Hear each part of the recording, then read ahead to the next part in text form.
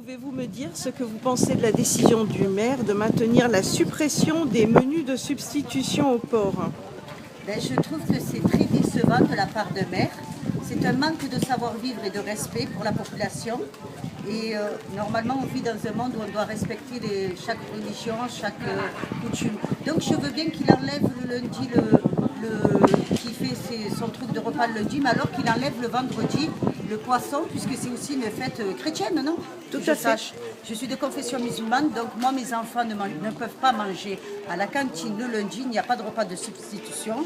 Là, dernièrement, il était dans un procès où il a perdu, et malheureusement, aujourd'hui, à l'heure actuelle, ça continue. Il n'y a pas de repas de substitution alors qu'il a perdu son procès. Donc, moi, je ne comprends pas, là. Donc, je suis obligée de prendre mes enfants, de ne pas les mettre à la cantine. C'est un peu embêtant, moi qui suis d'origine de confession musulmane. Alors, le vendredi, j'espère qu'il enlèvera aussi le poisson, puisque c'est une fête chrétienne. C'est tout ce que je demande, le respect d'autrui. Merci beaucoup. Merci. Bon alors, qu'est-ce que tu penses de la décision du maire? Je trouve que c'est un peu bête de s'attaquer aux enfants, surtout que les enfants ils n'ont rien demandé. Ils sont là pour justement entre midi, c'est le seul moment où ils sont détendus, qu'ils sont à l'aise, ils se retrouvent avec les copains. Si on les met de côté, voilà. D'accord. Et le fait qu'il maintienne sa décision alors qu'il a perdu au tribunal? Moi, je pense qu'il veut faire le buzz, c'est tout, il veut se faire remarquer. Voilà, tout est bon pour parler de lui, quoi. Que ce soit du bon ou du mauvais. Vu à la télé, qu'est-ce qu'il a fait, franchement, il était ridicule. Super, merci. Alors voilà, vous l'avez vu, vous l'avez entendu, les témoignages des parents sont clairs.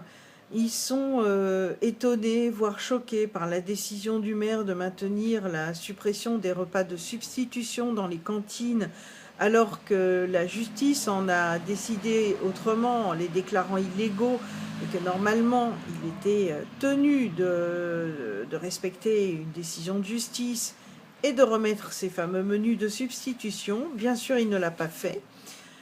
Dire que nous sommes surpris, non, nous ne le sommes pas, nous nous y attendions, les parents aussi malheureusement.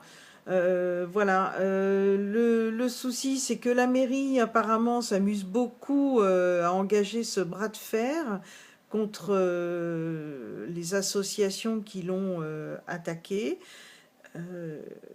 Nous, ça ne nous amuse pas. Voilà, il s'agit des enfants, il s'agit de leur bien-être, il s'agit de l'égalité des enfants, du respect de chacun, de la tolérance qui est en accord avec les valeurs républicaines. Donc, nous ne laisserons pas tomber.